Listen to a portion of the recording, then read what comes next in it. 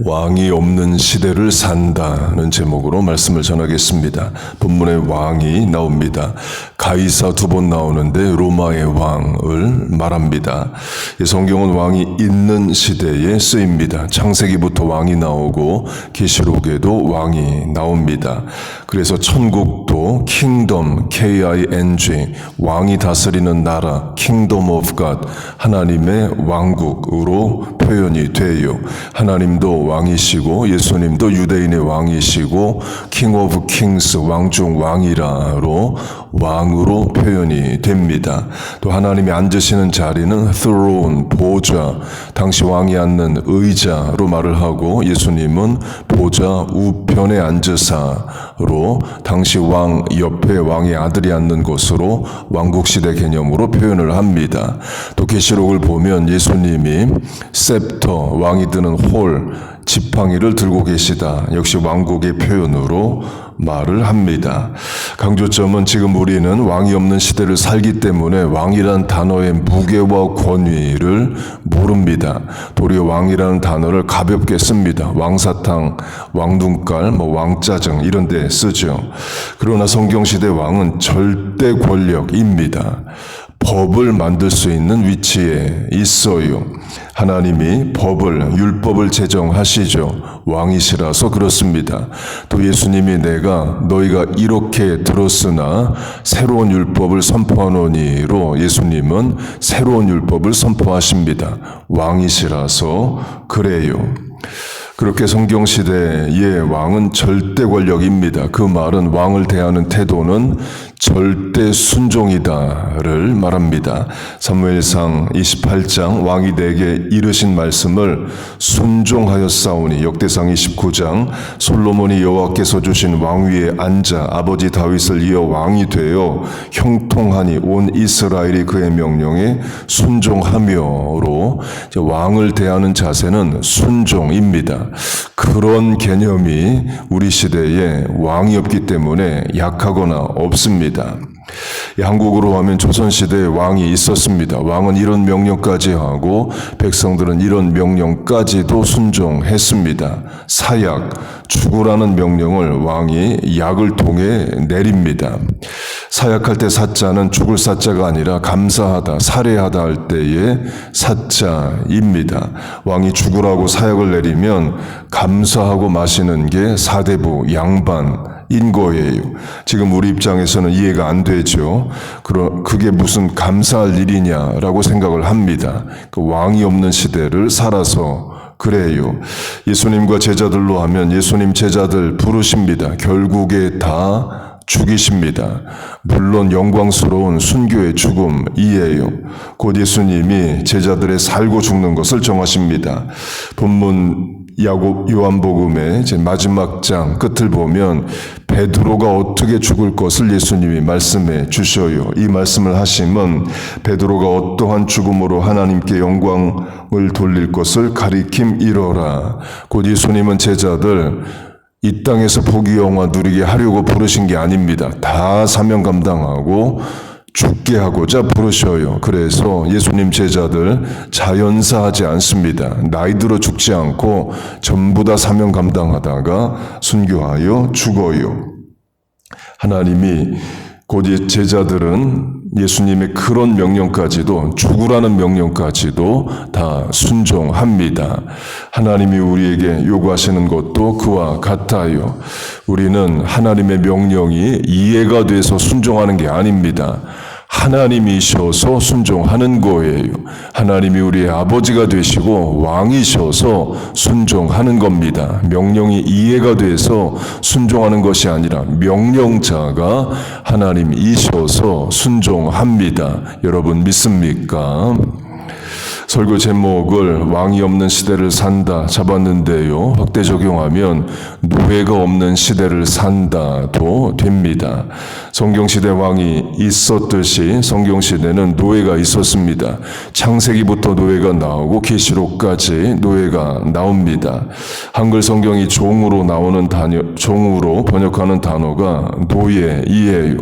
구약시대 요셉이 노예로 팔려가고 신약 성경에 많이 나오는 주의 종, 그리스도의 종, 헬라어로 둘로스, 원래 뜻은 노예이에요. 영어 성경들 slave로 번역을 합니다. 그런데 미국이 흑인을 노예로 부린 그런 역사가 있어서 노예란 단어에 거부감이 커서 영어 성경들이 servant로도 번역을 합니다. 그러나 servant는 자기의 노동력을 제공하고 노임을 받는 게 종인 거고, 노예는 말 그대로 노예입니다. 성경시대 둘로서는 노예이에요. 강조점은 역시 절대 순종입니다. 노예는 주인에게 절대 순종하는 거죠. 예수님의 비유로 하면 주인이 노예에게 밭에 나가서 일을 하라고 합니다. 노예가 하루 종일 나가서 수고하여 일을 해요.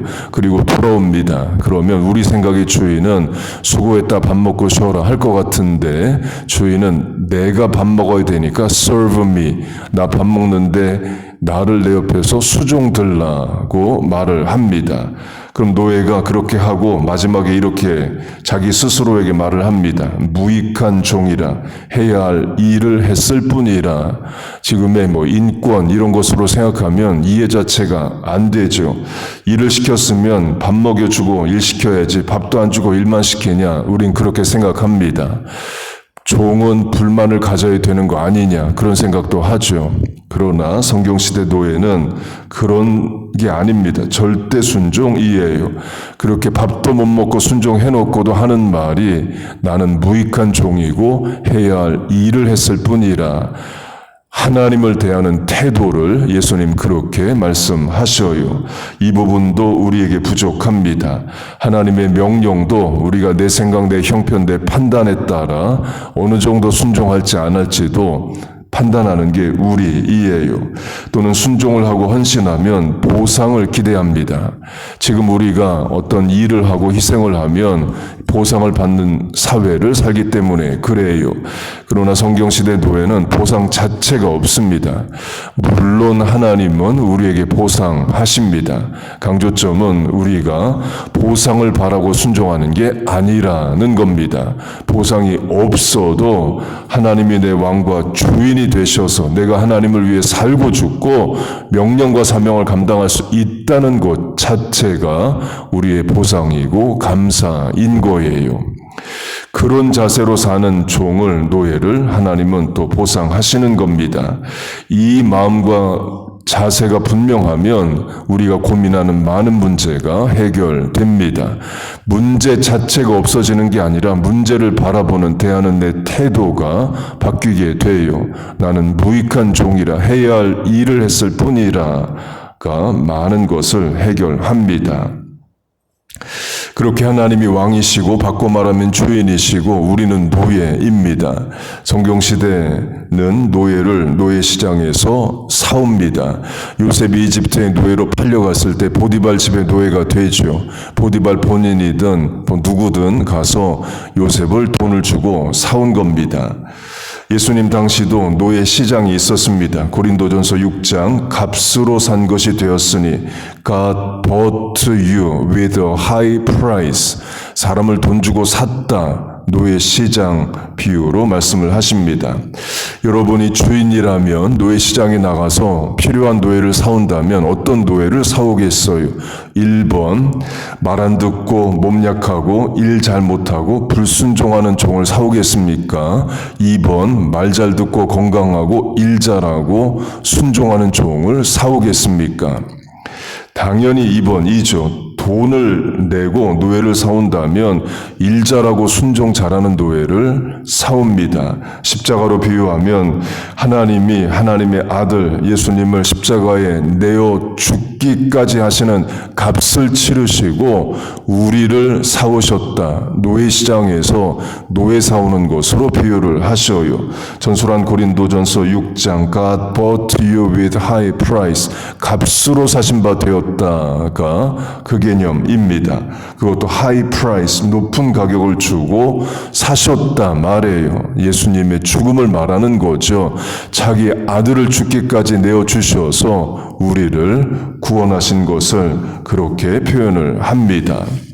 하나님이 우리의 주가 되시고 우리가 하나님의 종 노예라면 나는 어떤 노예냐인 거예요. 말 안 듣고 일 안 하고 일 잘 못하고 못하고 불평불만 많은 노예 종일 수 있습니다. 어쩌면 아예 일도 안 하는 종일 수도 있어요. 한 달란트 받은 종이 그런 종이죠. 또는 사람이 봐도, 부모가 봐도 신앙생활 제대로 못하는 사람이라면 아예 일을 안 하는 불충한 종입니다. 곧 하나님이 자기 아들을 죽기까지 우리를 하이 프라이스로 사실 가치가 우리에게 사실 없다 이에요. 일 잘하고 말 잘 듣는 종이 아니기 때문입니다. 그럼에도 불구하고 하나님은 우리를 위하여 자기 아들을 십자가에 죽기까지 하셨습니다. 그만큼 우리를 사랑하셨어요. 여러분 믿습니까? 그래서 십자가 앞에 서면 두 가지를 깨닫습니다. 첫째, 내가 하나님 앞에 얼마나 불충한 종인가, 일 안 하고 일 못하고 불평만 하는 종인가, 하나님의 아들이 나를 대신해서 죽으셔야 할 만큼 나는 얼마나 큰 죄인인가를 깨달아요. 둘째는 그런 나를 위해 하나님이 자기 아들을 죽기까지 내어주실 만큼 나를 사랑하셨구나를 깨닫습니다. 하나님이 세상을 이처럼 사랑하사 할 때 그 이처럼을 이만큼으로 바꾸고 이만큼으로 얼만큼으로 바꾸면 하나님 나를 얼만큼이나 사랑하셨느냐, 십자가만큼 사랑하셨습니다. 자기 아들을 죽게 하시기만큼 우리를 사랑하셨어요. 여러분 믿습니까? 그 사랑에 감사하는 마음으로 이 한 주간, 순한 주간을 보내고 남은 평생을 사는 겁니다. 그리고 하나님은 우리의 왕이 되십니다. 왕을 대하는 태도는 절대 순종이에요. 예수님이 우리의 주인, 롤드가 되십니다. 그 주인의 대하는 우리의 신분은 노예, 슬레이브인 거예요. 역시 절대 순종입니다. 그런 자세로 사는 우리를 하나님은 자녀 삼아 주시고 우리의 아버지가 되게 하셔요. 그래서 천국도 아버지의 나라로 부르게 하시고 천국을 유업으로 상속받는 자로 삼아 주십니다. 그렇게 하나님을, 예수님을 왕으로 주인으로 섬기고 믿고 순종하고 사명 감당하는 우리와 자녀 교회 되시기를 주의 이름으로 축복하고 축원합니다. 아멘. 기도하겠습니다. 하나님 아버지, 우리의 아버지가 되시고 왕이 되어 주심을 감사합니다. 우리를 자녀 삼아 주시고 종으로서 사명 주심을 감사합니다. 가정, 직장, 사업, 교회, 대인관계 가운데서 하나님을 위해 일할 수 있게 하심을 감사합니다. 그 사명 충성 순종하게 하시고 감당할 은혜와 능력을 더하여 주시옵소서. 전국에 면류관 받는 삶 살게 하여 주옵소서. 하나님, 십자가 묵상하는 한 주간을 보냅니다. 새벽에 나와 기도하는 성도의 삶의 은혜와 복을 내려 주옵소서. 마음의 소원을 간구하는 기도의 제목에 응답하여 주옵소서. 예수님의 이름으로 기도하옵나이다. 아멘.